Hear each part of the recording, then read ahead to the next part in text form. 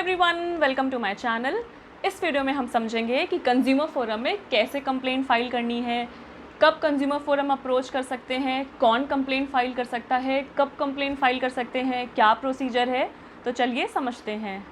अगर आपने कोई सामान ख़रीदा है, गुड्स परचेज़ किए हैं, कोई सर्विस अवेल की है, किसी सर्विस का उपयोग किया है, आपको कोई शिकायत है, आप कोई प्रॉब्लम फेस करते हैं उन गुड्स या सर्विस में, तो आप कंज्यूमर प्रोटेक्शन एक्ट में कंप्लेंट फाइल कर सकते हैं। अगर आपने ऑनलाइन शॉपिंग की है, ऑनलाइन कोई सामान ख़रीदा है या सर्विस अवेल की है, या कोई टिकट परचेज़ किया है, फ़्लाइट टिकट या रेलवे की टिकट, या ऑनलाइन किसी मूवी की टिकट्स ख़रीदी हैं, होटल बुकिंग्स की है, और अगर इनमें से किसी में भी आपको दिक्कत होती है, कोई परेशानी आती है, तो आप कंप्लेंट फाइल कर सकते हैं। फॉर एग्ज़ाम्पल, आपने गुड्स परचेज़ किए और डीलर ने आपको डिफेक्टिव गुड्स भेज दिए, या आपने किसी ई कॉमर्स प्लेटफॉर्म से होटल की बुकिंग करी, पैसे कट गए, पैसे चार्ज हो गए, लेकिन बुकिंग कंफर्म नहीं हुई, या जो बुकिंग और सर्विस आपको प्रॉमिस किया गया था वो पूरा नहीं किया, या आपने किसी एयरलाइन की टिकट्स बुक करी, एयरलाइन कंपनी ने फ़्लाइट कैंसिल कर दी और आपके कई बार रिक्वेस्ट करने पे भी टिकट के पैसे रिफ़ंड नहीं किए गए, तो ऐसे केस में भी आप कंज्यूमर प्रोटेक्शन एक्ट के अंदर कंप्लेंट फाइल कर सकते हैं। अगर आप किसी प्रॉपर्टी के कंज्यूमर है, आपने कोई प्रॉपर्टी परचेज़ की है और बिल्डर ने आपको आपके यूनिट का पोजेसन देने में काफ़ी डिले कर दिया है, अभी तक आपको आपके यूनिट का पोजेसन नहीं मिला है, या बहुत ही पुअर क्वालिटी सर्विस प्रोवाइड की है, there is a deficiency in service by the builder, तो ऐसे केस में भी आप कंज्यूमर प्रोटेक्शन एक्ट के अंदर कंप्लेंट फाइल कर सकते हैं।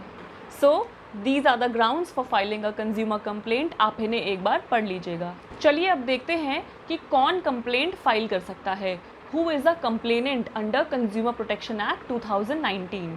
Only a consumer can file a complaint in consumer forum. अब कंज्यूमर कौन होता है?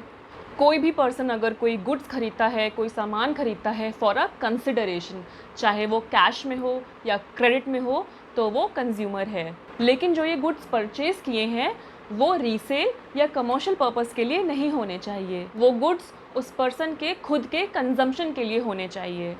फॉर एग्ज़ाम्पल, होलसेलर या रिटेलर कंज्यूमर नहीं होंगे क्योंकि ये गुड्स खरीदते हैं आगे बेचने के लिए, या कोई पर्सन किसी भी तरह की सर्विस अवेल करता है, किसी सर्विस का उपयोग करता है फॉर अ कंसिडरेशन, तो वो भी एक कंज्यूमर है। फॉर एग्ज़ाम्पल, आपने इंश्योरेंस पॉलिसी ख़रीदा, वाईफाई की सर्विस ली, इलेक्ट्रिसिटी की सर्विस ली, या कुकिंग गैस की सर्विस ली, तो आप इन सब सर्विस के भी कंज्यूमर हैं। जो आप सर्विस अवेल करेंगे वो भी कमर्शियल पर्पस के लिए नहीं होनी चाहिए, वो आपके खुद के कंजम्पशन के लिए होनी चाहिए। तो एक कंज्यूमर कंप्लेंट कर सकता है कंज्यूमर फोरम में। कोई वॉलंटरी कंज्यूमर एसोसिएशन है जो रजिस्टर्ड है, तो वो भी कंप्लेंट फाइल कर सकते हैं under consumer protection act. Central government, state government, central authority can also file a complaint under consumer protection act. अगर एक से ज़्यादा कंज्यूमर है, ग्रुप ऑफ कंज्यूमर्स है, तो वो सब मिल के भी कंज्यूमर कंप्लेंट फाइल कर सकते हैं। अगर कंज्यूमर की डेथ हो जाती है तो उसके लीगल एयर या लीगल रिप्रेजेंटेटिव भी कंप्लेंट फाइल कर सकते हैं। अब आप कितने टाइम के अंदर कंप्लेंट फाइल कर सकते हैं? So complaint must be filed within 2 years from the date on which the cause of action, deficiency in service और डिफेक्ट इन गुड अराइज, यानी जिस दिन आपके शिकायत का कारण उत्पन्न हुआ उस दिन से 2 साल के अंदर आपको कंप्लेंट फाइल करना होगा। तो कंज्यूमर फोरम में कंप्लेंट फाइल करने का लिमिटेशन पीरियड है 2 साल। चलिए अब देखते हैं कि आप कहाँ कंप्लेंट फाइल करेंगे, क्या अथॉरिटी इस्टेब्लिश की गई है कंप्लेंट फाइल करने के लिए। तो आप अपनी कंप्लेंट कंज्यूमर कोर्ट में फाइल करेंगे, जिसे हम कंज्यूमर फोरम भी बोलते हैं। ये एक गवर्नमेंट इंस्टीट्यूशन है जहाँ पे आप सेलर या सप्लायर के अगेंस्ट केस फाइल कर सकते हैं। कंज्यूमर प्रोटेक्शन एक्ट 2019 के अंदर 3 तरह के कंज्यूमर कोर्ट्स इस्टेब्लिश किए गए हैं। पहला है district consumer dispute redressal commission, जिसे हम डिस्ट्रिक्ट कंज्यूमर फोरम भी बोलते हैं। दूसरा है state consumer dispute redressal commission, जिसे हम स्टेट कमीशन या स्टेट कंज्यूमर फोरम बोलते हैं।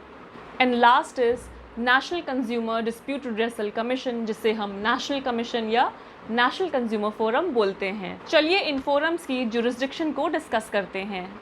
कंज्यूमर प्रोटेक्शन एक्ट 2019 ने पेक्यूनरी जुरिस्डिक्शन लिमिट को मॉडिफाई कर दिया है।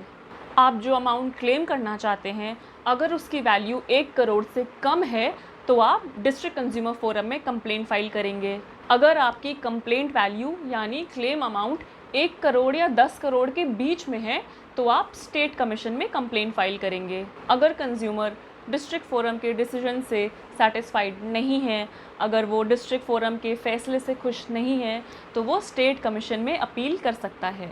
और अगर आपकी कंप्लेंट वैल्यू 10 करोड़ से ज़्यादा है तो आप नेशनल कमीशन में कंप्लेंट फाइल करेंगे।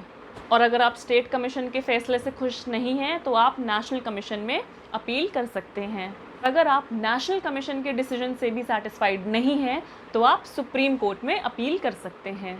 टेरिटोरियल जुरिस्डिक्शन की बात करें तो कंप्लेंट वहाँ पे फाइल होगी जहाँ कंज्यूमर खुद रहता है या काम करता है, जहाँ पे कंज्यूमर खुद रिसाइड करता है या उसका प्लेस ऑफ वर्क है। ये प्रोविज़न भी 2019 में ऐड किया गया था। या आप कंप्लेंट वहाँ भी फाइल कर सकते हैं जहाँ पे ऑपोजिट पार्टी रहती है या उसका ऑफिस है, उसका प्लेस ऑफ वर्क है या बिजनेस है। तो ये हो गया टेरिटोरियल जुरिस्डिक्शन। इस वीडियो में बस इतना ही।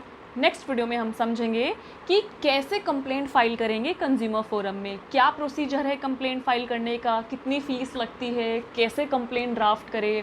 ये सब हम डिटेल में नेक्स्ट वीडियो में समझते हैं। Thank you.